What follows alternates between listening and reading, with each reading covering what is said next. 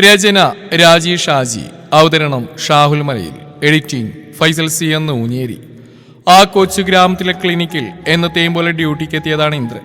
ആ ഗ്രാമത്തിലെ അസുഖമായി വരുന്ന ഓരോരുത്തരെയും വളരെ ശ്രദ്ധയോടുകൂടിയായിരുന്നു ഇന്ദ്രൻ പരിശോധിച്ചതും അവർക്ക് വേണ്ടുന്ന മരുന്നുകൾ നൽകിയിരുന്നു. എല്ലാവർക്കും ഇഷ്ടമായിരുന്നു ഇന്ദ്രനെ. ആ നാട്ടുകാരുടെ പ്രിയപ്പെട്ട ഇന്ദ്രൻ ഡോക്ടറായിരുന്നു അവൻ. ക്ലിനിക്കിന്റെ അടുത്ത് തന്നെയുള്ള ഒരു ചെറിയ വീട്ടിലായിരുന്നു ഇന്ദ്രൻ താമസിച്ചിരുന്നത്.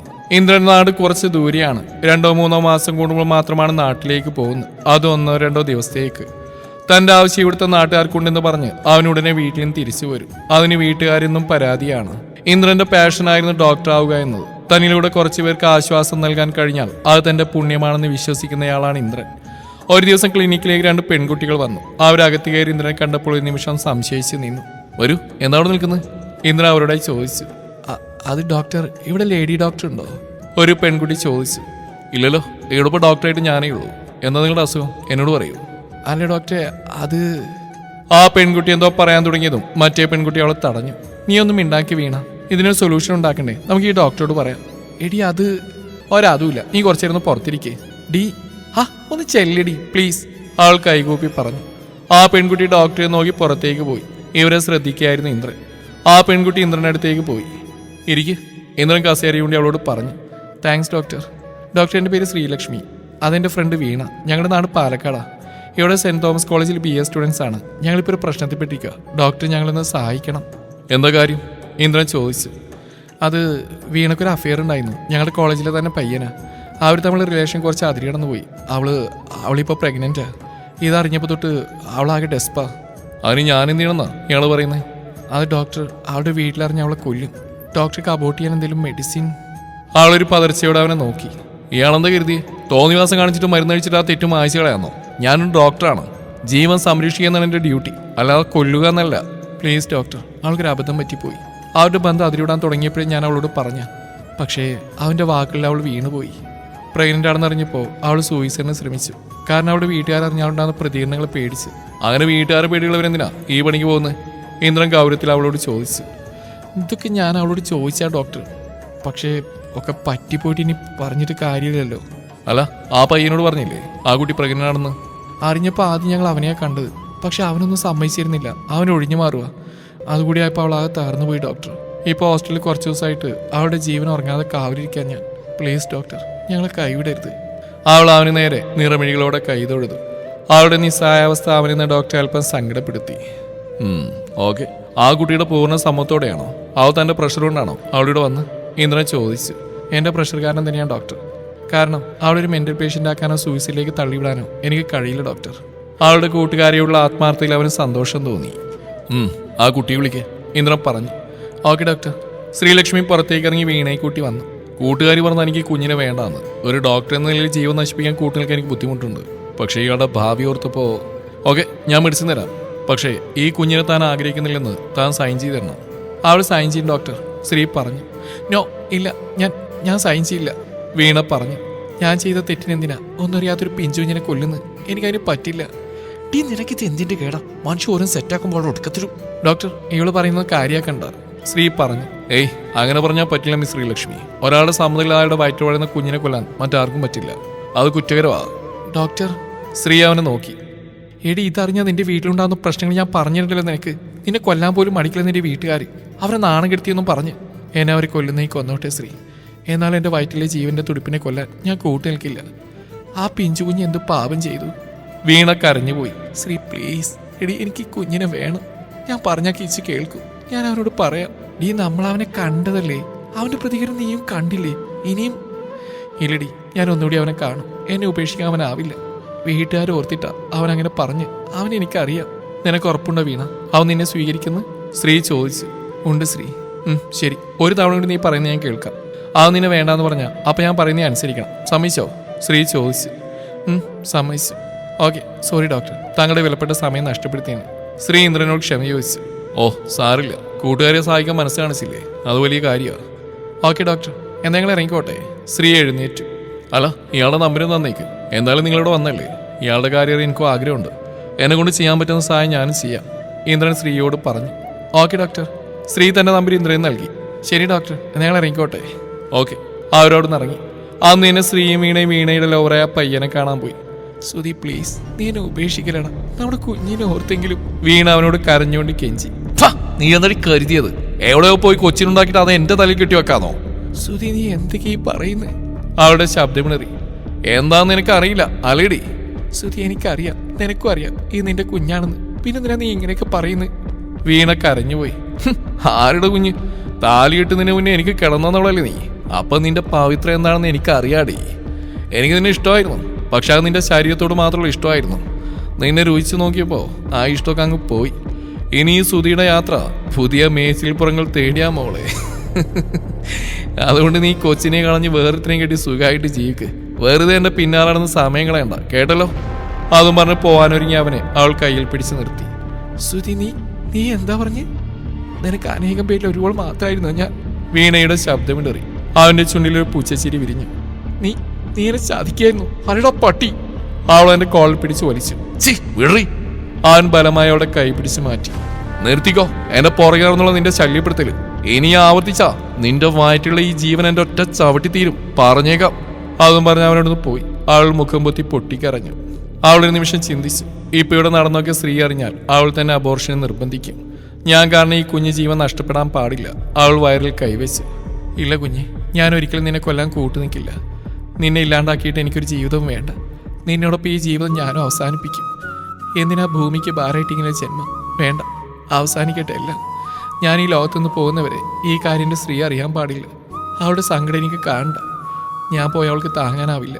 പക്ഷെ വേണ്ട, എൻ്റെ സങ്കടം അവൾ കാണണ്ട. ശേഷം എന്തൊക്കെയോ മനസ്സിലുറപ്പിച്ച് മുഖമൊക്കെ തുടച്ച് കുറച്ച് ദൂരെ അവൾക്കായി വെയിറ്റ് ചെയ്ത് നിൽക്കുന്ന സ്ത്രീക്കടുത്തെത്തി. ഡാ മോളെ ശ്രീ. ആൾ മുഖത്ത് ചിരിവരുത്തി ഓടിപ്പോയി സ്ത്രീയെ കെട്ടിപ്പിടിച്ചു. ഡി എന്താടി? അവളുടെ ആ പ്രവൃത്തിയിൽ സ്ത്രീ ഒന്ന് വേസ്റ്റ് പോയി. എങ്കിലും വീഴാതെ അവൾ ബാലൻസ് ചെയ്ത് നിന്നു. അവൾ സ്ത്രീയുടെ കവിളിൽ ഉമ്മയിച്ചു. വീണ, ഡി അവനെന്താ പറഞ്ഞേ? എടി, അവനെന്നെ കല്യാണം കഴിക്കാൻ സമ്മതിച്ചു. സത്യമാണോ മോളെ? അതേടി, ഞാൻ പറയേണ്ട രീതി പറഞ്ഞപ്പോൾ അവന് കാര്യം മനസ്സിലായി. അവനെന്നെ ഇഷ്ടമാണ്. വീട്ടുകാരെ പേടിച്ചാന്ന് അങ്ങനെയൊക്കെ പറഞ്ഞ്. ഞാൻ അബോർഷൻ ചെയ്യാൻ പോകണമെന്ന് പറഞ്ഞപ്പോൾ അവൻ എന്നെയും കുഞ്ഞിനെയും വേണമെന്ന് പറഞ്ഞു. അന്ന് അങ്ങനെയൊക്കെ പറഞ്ഞ് എൻ്റെ മനസ്സ് വിഷമിപ്പിച്ചതിന് ഒത്തിരി സോറി പറഞ്ഞടി. എനിക്ക് ഒത്തിരി സന്തോഷമായി മോളെ. ഒടുവിൽ നിന്റെ ആഗ്രഹം സാധിച്ചല്ലോ. നിനക്കൊരു ജീവിതം കിട്ടിയല്ലോ. സ്ത്രീ അവളെ കെട്ടിപ്പിടിച്ചു. എന്നാൽ തന്നെ മനസ്സിലെ വേദന മുഖത്ത് പ്രകടമാവാതിരിക്കാൻ വീണ ശ്രദ്ധിച്ചു. അല്ല, എപ്പോഴാണ് നിങ്ങളുടെ കല്യാണം? സ്ത്രീ ചോദിച്ചു. എന്നോട് ഇന്ന് വൈകിട്ട് വീട്ടിൽ പോകാൻ പറഞ്ഞിട്ടുണ്ട്. നാളെ അവൻ വീട്ടുകാർ കുട്ടീനെ കാണാൻ വരുമെന്ന് പറഞ്ഞു. അപ്പൊ നീ പോവല്ലേ? സ്ത്രീ ചോദിച്ചു. പിന്നെ പോവാതെ. അങ്ങനെ അന്ന് വൈകുന്നേരം സ്ത്രീ വീണയെ യാത്രയാക്കി. പക്ഷെ അത് അവിടെ അവസാന കൂടിക്കാഴ്ചയാണെന്ന് സ്ത്രീക്ക് അറിയില്ലായിരുന്നു. പോകുന്നതിന് മുമ്പ് വീണ അവളെ കെട്ടിപ്പിടിച്ച് കരഞ്ഞു. ഡി, നിന്റെ ഈ സങ്കടം കണ്ടാൽ നിന്നെ കെട്ടിച്ചിടുന്ന പോലുണ്ടല്ലോ. പൊന്നു മോളെ, അതെനിക്ക് ഇനി സമയമുണ്ട്. ഇപ്പൊ നീ പോയി സുന്ദരി കിട്ടിയായിട്ട് കിച്ചന്റെ വീട്ടുകാരെ കയ്യിലെടുത്തോ. സ്ത്രീ അവളുടെ കവിളിൽ മെല്ലെ നുള്ളിക്കൊണ്ട് പറഞ്ഞു. അവൾ നേർമയായൊരു പുഞ്ചിരി സ്ത്രീക്ക് സമ്മാനിച്ചു. ഇതെന്താടി ചിരിക്ക് പവർ പോരാ, ഒന്ന് നന്നായി ചിരിക്കന്റെ പെണ്ണേ, സ്ത്രീ പറഞ്ഞു. വീണ അവൾക്ക് നിറഞ്ഞൊരു പുഞ്ചിരി സമ്മാനിച്ച് അവിടുന്ന് പോയി. അന്ന് രാത്രി സ്ത്രീയുടെ ഫോണിലേക്ക് ഇന്ദ്രൻ വിളിച്ചു. ഹലോ ഹലോ ഹലോ ആരാ? ഞാൻ ഡോക്ടർ ഇന്ദ്രനാണ്. ഓ ഡോക്ടർ, എന്തായി തന്നെ ഫ്രണ്ടിന്റെ കാര്യം? ആ പയ്യനെ കണ്ട് സംസാരിച്ചോ? ആ ഡോക്ടർ, അവൾ അവനോട് സംസാരിച്ചു. ആദ്യമൊക്കെ അവൻ ദേഷ്യത്തിലായിരുന്നു. പിന്നീട് അവൾ അബോർട്ട് ചെയ്യാൻ പോകുക എന്ന് പറഞ്ഞപ്പോൾ അവന് സമ്മതിച്ചില്ല. അവൻ അവളെയും കുഞ്ഞിനെയും വേണമെന്ന് പറഞ്ഞു. എന്നെ കൂടി കാണുമ്പോൾ അവന് ദേഷ്യം വരാതിരിക്കാൻ ഞാൻ അവൻ്റെ മുമ്പിൽ പോയില്ല. അവൾ മാത്രം അവനോട് സംസാരിച്ചു വന്ന ശേഷം അവളെന്നെ കെട്ടിപ്പിടിച്ച് കരഞ്ഞുകൊണ്ട് പറഞ്ഞു അവൻ നാളെ വീട്ടുകാരെ കൂട്ടി അവളെ പെണ്ണി ചോദിക്കാൻ അവളുടെ വീട്ടിൽ ചെല്ലുന്നു. അതും പറഞ്ഞുകൊണ്ട് അവൾ ഇന്ന് ഈവനിങ് വീട്ടിലേക്ക് പോയി. ആ നല്ല വാർത്തയാണല്ലോടാ. എന്തായാലും ആ കുട്ടിയുടെ ജീവിതം സുരക്ഷിതമായില്ലേ? ആ ഡോക്ടർ, അവളുടെ ജീവിതം എങ്ങോട്ടാണെന്ന് ഓർത്ത് ഉറക്കില്ലാത്ത രാത്രികളായിരുന്നു ഇത്രയും നാൾ. ഇന്ന് എനിക്കൊന്ന് സമാധാനത്തോടെ ഉറങ്ങണം. ഓക്കെ ആയിക്കോട്ടെ. താൻ ഫുഡ് കഴിച്ചോ? കഴിച്ചു ഡോക്ടർ. ഡോക്ടർ കഴിച്ചോ? ആ ഞാൻ കഴിച്ചിരുന്നിട്ടപ്പോഴാണ് തന്നെ വിളിച്ച് വീണയുടെ കാര്യം തിരക്കാന്ന് കരുതി. എന്തായാലും അവിടെ കല്യാണത്തിന് വിളിക്കണം കേട്ടോ. തീർച്ചയായിട്ടും വിളിക്കും ഡോക്ടർ. ആ ഓക്കെടോ, ഗുഡ് നൈറ്റ്. ശരി ഡോക്ടർ, ഗുഡ് നൈറ്റ്. അവൾ ഫോൺ കട്ട് ചെയ്ത ശേഷം ബെഡിൽ നീണ്ടു നിവർന്ന് കിടന്നു. വീണയെക്കുറിച്ച് ഓർത്തപ്പോൾ അവളുടെ മനസ്സും തണുത്തു. പിന്നീട് മിഴികൾ പൂട്ടി അവൾ സുഖകരമായ ഉറക്കത്തിലേക്ക് പോയി. കാതങ്ങൾക്കപ്പുറം തന്റെ പ്രിയപ്പെട്ട കൂട്ടുകാരി മരണത്തോട് മല്ലടിക്കുന്നതറിയാതെ രാവിലെ 6 മണിക്ക് നിർത്താതെയുള്ള ഫോണിന്റെ ശബ്ദം കേട്ടാണ് സ്ത്രീ ഉണർന്ന്. ഉറക്കച്ചടവോടെ ഫോൺ എടുത്ത് കാതോട് ചേർത്ത് അവളുടെ കയ്യിൽ നിന്ന് ഫോൺ ഉതിർന്നു വീണു. അവളുടെ ഹൃദയം നിലച്ചതായി തോന്നിയവൾക്ക് മിഴിനീർ കവിളിനെ നനയിച്ച് ഒഴുകിക്കൊണ്ടിരുന്നു. ഒരു വേള കേട്ടൊന്നും സത്യമാവരുതേന്ന് അവൾ പ്രാർത്ഥിച്ചു. പക്ഷേ വീണ്ടും വീണ്ടും കേട്ട കാര്യങ്ങൾ അവളുടെ സമനില തെറ്റിച്ചു. തന്റെ പ്രിയപ്പെട്ട കൂട്ടുകാരി ഈ ലോകത്തോട് വിട പറഞ്ഞിരിക്കുന്നു. അവൾ അവിടെ ഇരുന്ന് വാവിട്ട് കരഞ്ഞു. കൂട്ടുകാരിയുടെ ചേതനയേറ്റ ശരീരത്തിനു മുമ്പിൽ ഒരു തുള്ളി കണ്ണുനീർ പോലും വീഴ്ത്താതെ മരവിച്ച മനസ്സുമായി അവൾ ഇരുന്നു. എന്തിനാണ് തങ്ങളുടെ മകൾ ഇങ്ങനെ ചെയ്തെന്ന് അവളുടെ പാരൻസ് ശ്രീയോട് ചോദിച്ചു. അതിനവളിൽ മറുപടി ഉണ്ടായിരുന്നില്ല. അവളുടെ ശരീരം സീതയിലേക്ക് എടുത്തപ്പോഴും അവൾ മൗനം പാലിച്ചു. തിരികെ ഹോസ്റ്റലിലേക്ക് എത്തിയപ്പോഴും അവൾ മൗനത്തിൽ തന്നെയായിരുന്നു. ഹോസ്റ്റലിലേക്ക് വന്ന പാടെ അവൾ ബെഡിലേക്ക് മറിഞ്ഞു. വീണയുടെ ഓർമ്മകൾ അവിടെയെങ്ങും നിറഞ്ഞു നിന്നു. അവളുടെ സാമീപ്യം അവിടെ ഉള്ളതായി അവൾക്ക് തോന്നി. അവൾ തന്റെ ബാഗ് തുറന്ന് വീണയുടെ വീട്ടിൽ നിന്നെടുത്ത് തന്റെ ബുക്ക് എടുത്ത് ടേബിൾ വെച്ചു. തന്റെ വീണയുടെ കൈകൾ അവസാനമായി തഴുകിയ തന്റെ ബുക്ക് അവൾ മെല്ലെ തുറന്നു. അപ്പോഴാണ് അതിനുള്ളിലൊരു പേപ്പർ അവൾ കണ്ടത്. അവൾ ആ പേപ്പർ കയ്യിലെടുത്തു. അത് തുറന്നു നോക്കി. തന്റെ വീണയുടെ അവസാനത്തെ കുറിപ്പ്. ഡീ മോളെ, നീ എന്നോട് പിണങ്ങില്ലേടാ? നിന്റെ സങ്കടം കാണാൻ വയ്യായിട്ടാ ഞാൻ നിന്നോട് കള്ളം പറഞ്ഞു. കിച്ചു ഒരിക്കലും എന്നെ സ്നേഹിച്ചിട്ടില്ലടി. അവനെന്റെ ശരീരം മാത്രമാണ് സ്നേഹിച്ച്. അവന്റെ അനേകം പെണ്ണുങ്ങളിൽ ഒരാൾ മാത്രമാണ് ഞാൻ. അതവൻ എന്നോട് മുഖത്ത് നോക്കി പറഞ്ഞു. ഇനി അവന്റെ മുമ്പിൽ ചെന്ന അവനെന്റെ കുഞ്ഞിനെ ചവിട്ടി കൊല്ലുമെന്ന് പറഞ്ഞു. അവൻ പറഞ്ഞൊക്കെ നിന്നോട് പറഞ്ഞ നീ അബോർഷന് നിർബന്ധിക്കും. എന്റെ കുഞ്ഞിനെ കൊന്നിട്ട് എനിക്ക് ജീവിക്കണ്ടാടി. ആ കുഞ്ഞിനൊപ്പം ഞാനും ഇല്ലാണ്ടാവട്ടെ. നീ എന്നോട് ക്ഷമിക്കുമോളെ. I am really sorry. ഇത്രയും വായിച്ചപ്പോൾ അവളുടെ ഹൃദയം കീറി മുറിക്കുന്നതായി അവൾക്ക് തോന്നി. അവൾ ബെഡിൽ കിടന്ന് തലയിണ കെട്ടിപ്പിടിച്ച് പൊട്ടിക്കരഞ്ഞു. അപ്പോഴാണ് അവളുടെ ഫോൺ റിങ് ചെയ്ത്. കുറെ റിങ് ചെയ്ത ശേഷമാണ് അവൾ ഫോൺ എടുത്ത്. സ്ക്രീനിൽ ഡോക്ടർ ഇന്ദ്രൻ എന്ന് കണ്ടതും അവളുടെ സകല നിയന്ത്രണവും പോയി. കോൾ എടുക്കണോ വേണ്ടോ എന്ന് അവളൊരു നിമിഷം ചിന്തിച്ചു. ശേഷം കോൾ എടുത്തു. ഹലോ. അവളുടെ ശബ്ദമിളറി. എന്താണോ, താൻ ഉറങ്ങിയോ? ഇല്ല ഡോക്ടർ. പിന്നെന്തോ തന്നെ സൗണ്ട് വല്ലാണ്ട്. അവൾ പെട്ടെന്ന് പൊട്ടിക്കരഞ്ഞു പോയി. ഡോ, എന്താ താനെന്തിനെ കരയുന്നത്? ഡോ, വീണെവിടെ? അവള് പോയി ഡോക്ടർ. എവിടെ പോയി?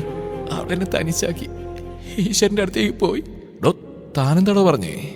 അവൾ കരച്ചിലോടെ ഇന്ദ്രനോട് കാര്യങ്ങളെല്ലാം പറഞ്ഞു. അവനാകെ ഞെട്ടിപ്പോയി. ഒരു ദിവസത്തെ പരിചയം മാത്രമേ സ്ത്രീയോടും വീണയിട്ടുള്ളൂവെങ്കിലും ആ വാർത്ത അവന്റെ മനസ്സിലൊരു നീറ്റലുണ്ടാക്കി. ഡോ താനിങ്ങനെ കരയാതെ. ഡോ ശ്രീലക്ഷ്മി. പറ്റുന്നില്ല ഡോക്ടർ. അവളിൽ ആ റൂമും ക്ലാസ്സും ഒന്നും എനിക്ക് ചിന്തിക്കാൻ പോലും പറ്റുന്നില്ല. താനിങ്ങനെ സങ്കടപ്പെടാതെ കുറച്ച് ദിവസം തന്റെ വീട്ടിൽ പോയി നിൽക്ക്. മൈൻഡൊന്ന് ഓക്കെ ആയിട്ട് വന്നാൽ മതി. എൻ്റെ വീട്ടിൽ അതിനേക്കാളും പ്രശ്നമാണ് ഡോക്ടർ. അതെന്താടോ? ആളൊന്നും മിണ്ടിയില്ല. അല്ല, തനിക്ക് പറയാൻ ഇഷ്ടമല്ലെങ്കിൽ പറയണ്ട. ഞാൻ വെറുതെ. എൻ്റെ വീട്ടിൽ അച്ഛനല്ല, രണ്ടാനച്ഛനാ. അയാൾ ശരിയല്ല. എനിക്ക് അയാളെ പേടിയാ ഡോക്ടർ. അയാളിൽ നിന്ന് രക്ഷപ്പെടാൻ വേണ്ടിയാ ഞാൻ ഹോസ്റ്റലിൽ നിൽക്കുന്നത് തന്നെ. ഓ സോറി, ഞാൻ അറിയാതെ. ഏയ് കുഴപ്പമില്ല ഡോക്ടർ. അല്ലെ താൻ കുറച്ച് ദിവസം മറ്റാരെങ്കിലും റൂമിൽ താമസിക്കുക. വേണ്ട ഡോക്ടർ, അവളിവിടെ എൻ്റെ ഒപ്പം തന്നെയുണ്ട്. എന്നെ തനിച്ചാക്കാൻ അവൾക്കാവില്ല. അവളുടെ കരച്ചിലിൻ്റെ ശബ്ദം ഉയർന്നു. ഓ, ഇങ്ങനെ കരഞ്ഞ പോലെ അസുഖം വരും കേട്ടോ. വന്നോട്ടെ, എനിക്കിങ്ങനെ തനിച്ച് വയ്യ ഡോക്ടർ. ആകെയുള്ള ആശ്വാസം അവളായിരുന്നു. എൻ്റെ കാര്യങ്ങളെല്ലാം അറിയാവുന്ന, ഇന്നും എൻ്റെ കൂടെ നിൽക്കുന്ന, എൻ്റെ കൂടെ പേർപ്പായിരുന്ന ഡോക്ടർ അവൾ എനിക്ക്. നമ്മൾ തമ്മിൽ വെറും 2 ദിവസത്തെ പരിചയം മാത്രമേ ഉള്ളൂ. എന്നാലും ഞാനൊരു കാര്യം പറഞ്ഞോട്ടെ. എന്തോ തന്നെ സങ്കടം കണ്ടപ്പോൾ ഒരു വിഷമം. തനിക്ക് വിരോധമില്ലെങ്കിൽ എന്നൊരു ഫ്രണ്ടായി കണ്ടുകൂടെ? വീണയോളം ഞാൻ എത്തില്ല, പക്ഷെ എൻ്റെ മുമ്പിൽ തന്നെ മനസ്സോർക്കാൻ പറ്റുമെങ്കിൽ, എന്നോട് തുറന്ന് സംസാരിക്കാൻ കഴിയുമെങ്കിൽ അല്പം ആശ്വാസം കിട്ടില്ലടോ. ഞാൻ പറഞ്ഞതാൻ കേട്ടോ. അപ്പം ഇന്ന് നമ്മൾ ഫ്രണ്ട്സ് ഓക്കെ അല്ലേ? അവൾ അവനോട് മൂളി. എന്നാൽ ഈ കരച്ചിലൊക്കെ മാറ്റിപ്പോയി വല്ലതും കഴിക്കൂല അല്ലേ? കഴിക്കാം. അവനൊന്ന് മൂളി. പിന്നീട് ഇടയ്ക്കൊക്കെ ഇന്ദ്രൻ അവളെ വിളിച്ച് സംസാരിക്കുമായിരുന്നു. അവർ തമ്മിൽ പെട്ടെന്ന് തന്നെ ഒരു സൗഹൃദം രൂപപ്പെട്ടു. സ്ത്രീ ക്ലിനിക്കിലെ സ്ഥിരം സന്ദർശകയായി. ഇന്ദ്രനോടൊപ്പമുള്ള സമയങ്ങളിൽ അവൾ വീണയെക്കുറിച്ചുള്ള ദുഃഖം മറന്നു പോവാറുണ്ട്. അതിനുവേണ്ടി തന്നെയായിരുന്നു അവൻ അവളോടൊപ്പം സമയം ചെലവഴിക്കുന്നത്. അവളുടെ മൈൻഡ് ഓക്കെ ആവാൻ അവനെ കൊണ്ടാവുന്നൊക്കെ അവനും ചെയ്തു. എന്നതിൻ്റെ എക്സാം കഴിയുന്നു. ക്ലിനിക്കിലെത്തിയ സ്ത്രീയോട് ഇന്ദ്രൻ ചോദിച്ചു. 3 ദിവസം കൂടെ കഴിഞ്ഞാൽ കോളേജ് അടക്കും. നാട്ടിലേക്ക് പോകാൻ തന്നെയാണോ പ്ലാന്? പിന്നില്ലാതെ. എനിക്ക് പോകാൻ വേറെ എവിടെയാ ഉള്ളത്? എന്നോടൊപ്പം നിൽക്കുന്നത് നീ? സ്ത്രീ അവനെ നോക്കി. നിനക്ക് ഇഷ്ടമുണ്ടെങ്കിൽ മാത്രം മതി. വീട്ടിൽ പോയി കഴിഞ്ഞാൽ അയാൾ പ്രശ്നമല്ലേ, അതുകൊണ്ട് പറഞ്ഞാ. അത് വേണ്ട ഡോക്ടർ, അത് ഡോക്ടർക്ക് ഒരു ബുദ്ധിമുട്ടാകും. അതെ, നമ്മൾ തമ്മിൽ ഇത്രയും ഫ്രണ്ട്ഷിപ്പായില്ലേ, എന്നിട്ട് നീ എന്താ ഈ ഡോക്ടർ എന്നുള്ള വിളി മാറ്റാത്ത?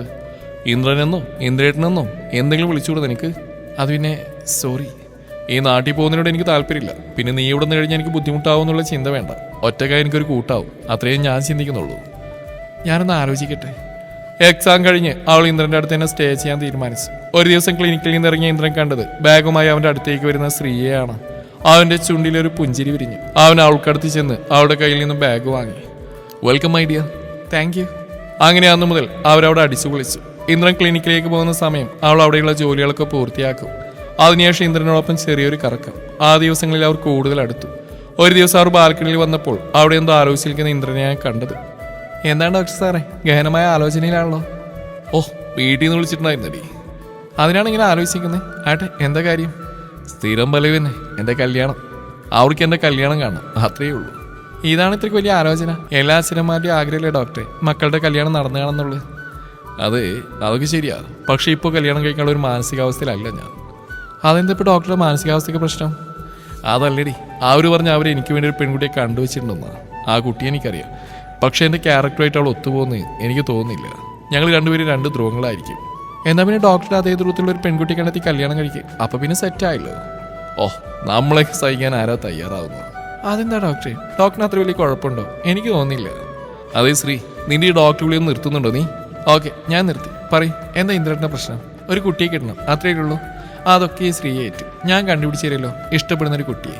നീ കണ്ടുപിടിച്ച് ബുദ്ധിമുട്ടുണ്ടോ? ഒരു കുട്ടിയെ എനിക്ക് ഇഷ്ടമാണ്. ആഹാ, എന്നിട്ടാണ് ഇത്രേനെ കൊണ്ട് സംസാരിപ്പിച്ച്? ആരാണ്? എനിക്കറിയാവുന്ന കുട്ടിയാണോ? ക്ലിനിക്ക് വന്നിട്ടുള്ളതാണോ? നിനക്കറിയാവുന്ന കുട്ടി തന്നെയാണോ? അവൾ ക്ലിനിക്കിലും വന്നിട്ടുണ്ട്. എന്നാ പിന്നെ പറയും, ആരാന്ന്? ഞാനൊക്കെ സെറ്റാക്കി തരില്ലേ? അത് അവൾക്ക് എന്നെ ഇഷ്ടമാണെന്നറിയില്ല. അതൊക്കെ ഞാൻ ഏറ്റു. ആ കുട്ടിയുടെ ഡീറ്റെയിൽസ് പറയും, ഞാനൊക്കെ സംസാരിച്ച് നാളെ തന്നെ ഒരു മറുപടി പറയാം. എന്താ? അവൾ ആരാണെന്ന് പറഞ്ഞാ നീ എന്നോട് ദേഷ്യപ്പെടുമോ? ഞാനെന്തിനാ ദേഷ്യപ്പെടുന്നത്? ഇന്ദ്രേട്ടൻ പറയും. അത് ആ കുട്ടിയുടെ പേര് ശ്രീലക്ഷ്മി എന്നാ. ഇവിടെ സെന്റ് തോമസ് കോളേജിലെ BA സ്റ്റുഡൻ്റ് ആണ്. ഇന്ദ്രൻ അവളെ നോക്കി പറഞ്ഞു. പെട്ടെന്ന് അവളുടെ ചുണ്ടിലെ ചിരി മാഞ്ഞു. അവൾ ഒന്നും ഇടാ റൂമിലേക്ക് പോയി. അവൾക്ക് താൻ പറഞ്ഞ് ഇഷ്ടപ്പെട്ട് കാണില്ലെന്ന് ഇന്ദ്രന് തോന്നി. വേണ്ടായിരുന്നു. അവൾ തന്നെ കുറിച്ച് അങ്ങനെയൊന്നും ചിന്തിച്ചിട്ടുണ്ടാവില്ല.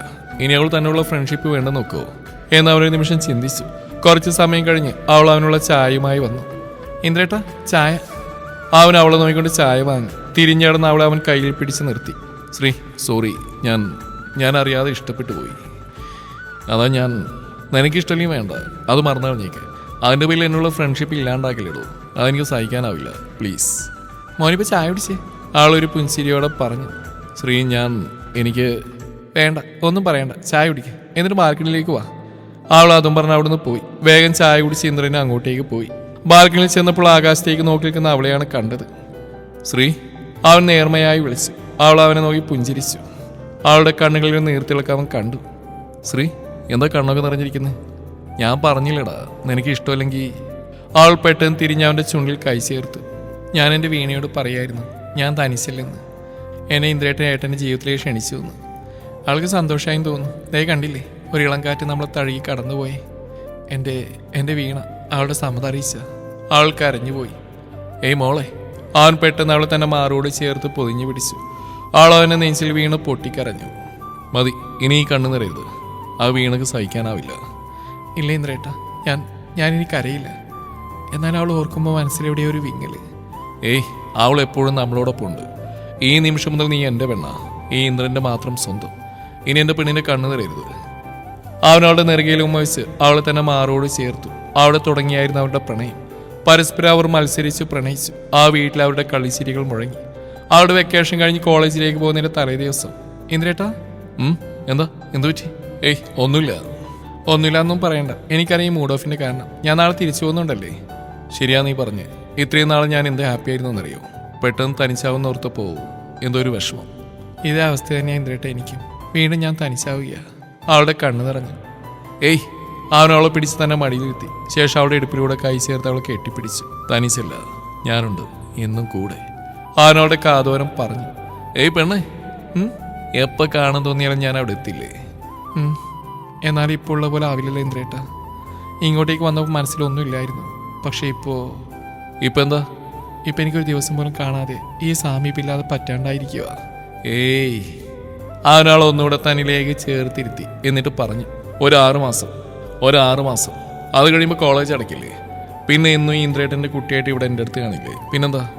അവൾ അവനൊന്ന് നോക്കി. ശേഷം അവൻ്റെ കഴുത്തിൽ മുഖം ചേർത്തു. അവളുടെ അധരങ്ങളുടെ സ്പർശനം അവൻ അറിഞ്ഞു. അതെ, ഞാനൊരു പുരുഷനാട്ടോ.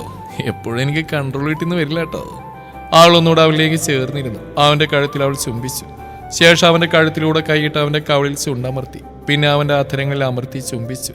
ശേഷം അവിടുന്ന് എഴുന്നേൽക്കാൻ തുടങ്ങി അവൾ അവൻ പിടിച്ചു വെച്ചു. അതെ, ഞാൻ പറഞ്ഞില്ലേ ഞാനൊരു പുരുഷനാന്ന്. എന്നിലെ പുരുഷൻ ഉണർത്തിയിട്ട് എവിടെ പോവാടി പെണ്ണേ നീ? അവൻ്റെ ശബ്ദം ആർദ്രമായിരുന്നു. അവളെന്തോ പറയുന്നതിനു മുമ്പ് അവൻ അവളുടെ അധരങ്ങൾ കവർന്നിരുന്നു. അവളുടെ തേനൂറും അധരങ്ങൾ അവൻ മാറി മാറി നുകർന്നു. അവൾ അവൻ്റെ മുടിയിൽ കൈകോർത്തി പിടിച്ചു. അവൻ അവളുടെ അധരങ്ങളിൽ നിന്നും നാവിലേക്ക് ചേക്കേറി. നാവുകൾ തമ്മിൽ കെട്ടിപ്പുണർന്ന ദീർഘമായ ചുംബനം. അവളുടെ കണ്ണുകൾ കൂമ്പി അടഞ്ഞു. ഒടുവിൽ ശ്വാസം തടസ്സമായപ്പോൾ അവൻ അവളുടെ അധരങ്ങൾ മോചിപ്പിച്ചു. അവളുടെ കണ്ണുകളിലേക്ക് നോക്കി അവന് തന്റെ മനസ്സിനെ നിയന്ത്രിക്കാനായില്ല. മനസ്സ് വീണ്ടും അവളിലേക്ക് അടുക്കുന്നു. അവന്റെ കൈകൾ അവനറിയാതെ തന്നെ അവളുടെ ടോപ്പിനിടയിലൂടെ അവളുടെ ആരില വയറിൽ സ്പർശിച്ചു. അവൾ കണ്ണുകളടച്ച് അവനെ കെട്ടിപ്പിടിച്ചു. തൻ്റെ ശരീരം ചൂട് പിടിക്കുന്ന അവൻ അറിഞ്ഞു. അവളിലെ പെണ്ണിനെ അറിയാൻ അവൻ്റെ ഉള്ളം വല്ലാതെ കൊതിച്ചു. അവൻ്റെ കൈകൾ അവളിൽ കുസൃതി കാട്ടി. തൻ്റെ ശരീരത്തിലെ മാറ്റം അറിഞ്ഞ് അവൻ അവളെ കൈകളിലെടുത്ത് റൂമിലേക്ക് നടന്നു. അവളെ കിടത്തി അവൻ അവൾക്ക് മുകളിലായി കിടന്നു. അവളുടെ മുഖം നാണത്താൽ ചുവന്നു. അവൾ കൈകളാലെ മുഖം പൊത്തി. അവൻ അവളുടെ കൈകൾ പിടിച്ചു മാറ്റി. ശേഷം അവളിലേക്ക് അമർന്നു. അവളുടെ ഓരോ അണുവിലും അവൻ തൻ്റെ പ്രണയം പകർന്നു. അവളിലെ ഓരോ കുറുകിലും മുകളിലും അവനെ വീണ്ടും വീണ്ടും അവളിലേക്ക് ചേരാൻ നിർബന്ധിച്ചു. ഒടുവിൽ ഒരു തളർച്ചയോടെ അവൻ അവളിലേക്ക് തന്നെ കിടന്നു. അവൾ അവനെ തന്നെ നെഞ്ചോട് ചേർത്ത് കെട്ടിപ്പിടിച്ചു. അവൻ അവളെ മുറുകെ പിടിച്ചു. ഇരു ചുണ്ടിലും ഒരു മന്ദഹാസം വിരിഞ്ഞു. പിറ്റേന്ന് സ്ത്രീയെ ഹോസ്റ്റലിലാക്കിയത് ഇന്ദ്രനാണ്. നിറകണ്ണുകളോട് ഇരുവരും പിരിഞ്ഞു. പിന്നീട് അങ്ങോട്ട് ഫോൺ വിളിക്കുമ്പോൾ കാണാൻ പറ്റാത്ത സങ്കടം ഇരുവരും പറയുമായിരുന്നു. എങ്കിലും 6 മാസമല്ലേ എന്ന് പറഞ്ഞ് അവർ സമാധാനിച്ചു. ഹോസ്റ്റലിലെത്തി 2 മാസം ആവാറായപ്പോൾ മുതൽ സ്ത്രീക്ക് എന്തൊക്കെയോ അസ്വസ്ഥതകൾ തോന്നി തുടങ്ങി. വല്ലാത്ത ക്ഷീണവും തളർച്ചയും. ആഹാരം കാണുമ്പോഴുള്ള വോമിറ്റിംഗ് ഒക്കെ കൂട്ടി വായിച്ചപ്പോൾ അവൾക്ക് എന്തോ സംതിങ് റോങ് ഫീലിംഗ്. എങ്കിലും അവൾ ഇന്ദ്രനോടൊന്നും പറഞ്ഞില്ല. ക്ഷീണം കൂടി വന്നപ്പോൾ അവൾ ഒരു ദിവസം പ്രഗ്നൻസി കിറ്റ് വാങ്ങി ടെസ്റ്റ് ചെയ്തു. അതിലെ റിസൾട്ട് കണ്ട് അവൾക്ക് ചിരിക്കണോ കരയണോ എന്നറിയാത്ത അവസ്ഥയായിരുന്നു. തെളിഞ്ഞു കാണുന്ന 2 വരകൾ. പിറ്റേന്ന് തന്നെ സുഖമില്ലെന്ന് പറഞ്ഞ് ലീവ് എടുത്ത് അവൾ ഇന്ദ്രൻ്റെ അടുത്തേക്ക് പോയി. അവൾ എത്തിയപ്പോൾ ഇന്ദ്രൻ ക്ലിനിക്കിലായിരുന്നു. അവൾ ബാഗ് വീട്ടിൽ വെച്ച് ക്ലിനിക്കിലേക്ക് പോയി. പെട്ടെന്ന് അവൾ അവിടെ കണ്ട ഇന്ദ്രൻ്റെ കണ്ണുകൾ വിടന്നു. പക്ഷെ അതേ നിമിഷം തന്നെ അവൻ്റെ മുഖം മങ്ങി. ഡി, എന്തൊരു കോലാടിയത്, നീ ഒന്നും കഴിക്കുന്നില്ലേ? ഡോക്ടർ, ഈ ഹോസ്പിറ്റലിൽ ലേഡി ഡോക്ടർ ഉണ്ടോ? ആൾ മുഖത്ത് ഭാഭേദല അവനോട് ചോദിച്ചു. അവനൊന്ന് സംശയിച്ചു. ശേഷം പറഞ്ഞു, ഇവിടെ ലേഡി ഡോക്ടർ ഇല്ലല്ലോ, എന്താ കാര്യം? അതെനിക്ക് ഒരുത്ത നല്ല നൈസായിട്ടൊരു പണിയെന്നു. അവൻ്റെ വിത്തിപ്പൻ്റെ ഉള്ളിൽ വളരുക. ഞാനാണെങ്കിൽ കല്യാണം കഴിച്ചിട്ടില്ല. അതുകൊണ്ട് ഇതിനൊന്ന് കലക്കാമല മരുന്നുണ്ടോ ഡോക്ടറെ? പറയുന്നതിനോടൊപ്പം അവളുടെ ചുണ്ടിൽ പുഞ്ചിരി വിരിഞ്ഞിരുന്നു. ഒരു നിമിഷം വേണ്ടി വന്നു ഇന്ദ്രന് താൻ കേട്ടെന്താണെന്ന് മനസ്സിലാക്കാൻ. ഡേ, നിനക്കെൻ്റെ കുഞ്ഞിനെ കൊല്ലണം, ആൾറെഡി വൃത്തിയിട്ടവളെ. പെട്ടെന്ന് അവൻ ചാടി എഴുന്നേറ്റ് അവൾക്കടുത്തേക്ക് വന്നു. അവൾ എഴുന്നേറ്റു. അവളുടെ കണ്ണുകൾ നിറഞ്ഞു വന്നു. മോളെ. അവൻ അവളെ തന്നെ നെഞ്ചിലേക്ക് വലിച്ചിട്ടു. ഇന്ദ്രേട്ടാ, പതുക്കെ. ഓഹ് സോറി, ഞാൻ പെട്ടെന്ന് കേട്ടതിൻ്റെ സന്തോഷത്തിൽ. അവൾ അവൻ്റെ കൈ പിടിച്ച് തൻ്റെ വയറിൽ ചേർത്ത് വെച്ചു. അവൻ മേലെ അവളുടെ വയറിൽ തലോടി. ശേഷം മുട്ടുകുത്തിയിരുന്ന അവളുടെ വയറിൽ തൻ്റെ അധരങ്ങൾ ചേർത്തു. അവൻ്റെ കണ്ണു നിറഞ്ഞു. പിന്നീട് അങ്ങോട്ട് അവൻ തൻ്റെ പെണ്ണിനെ താഴത്തും തലയിലും വെക്കാതെയാണ് നോക്കിയത്. അവൾക്ക് ആവശ്യമുള്ളതെല്ലാം വാങ്ങി നൽകി. അവളുടെ ഇഷ്ടങ്ങൾ അറിഞ്ഞൊക്കെ സാധിച്ചു കൊടുത്തു. ഇതിനിടയിൽ ഇന്ദ്രൻ്റെ വീട്ടിൽ നിന്ന് വിളിച്ചിരുന്നു. അവനൊരു പെൺകുട്ടിയെ നോക്കി വെച്ചു എന്ന് പറഞ്ഞു. എന്നാൽ ഇന്ദ്രൻ സ്ത്രീയെക്കുറിച്ച് അവരോട് പറഞ്ഞു. അവളെക്കുറിച്ച് കേട്ടപ്പോൾ വീട്ടുകാർ അവനെ എതിർത്തു. അവളെ ഉപേക്ഷിച്ച് അവർ പറയുന്ന കുട്ടിയെ വിവാഹം കഴിക്കാൻ അവരവനോട് പറഞ്ഞു. എന്നാൽ സ്ത്രീ തൻ്റെ കുഞ്ഞിൻ്റെ അമ്മയാവാൻ പോകുന്നവളാണെന്നും തൻ്റെ മരണം വരെ അവൾ മാത്രമാണ് തൻ്റെ പെണ്ണെന്നും അവൻ അവരോട് പറഞ്ഞു. തങ്ങൾ പറയുന്ന അനുസരിച്ചില്ലെങ്കിൽ ഇനി തങ്ങൾക്ക് ഇങ്ങനെയൊരു മകനില്ലെന്നും അവർ പറഞ്ഞു.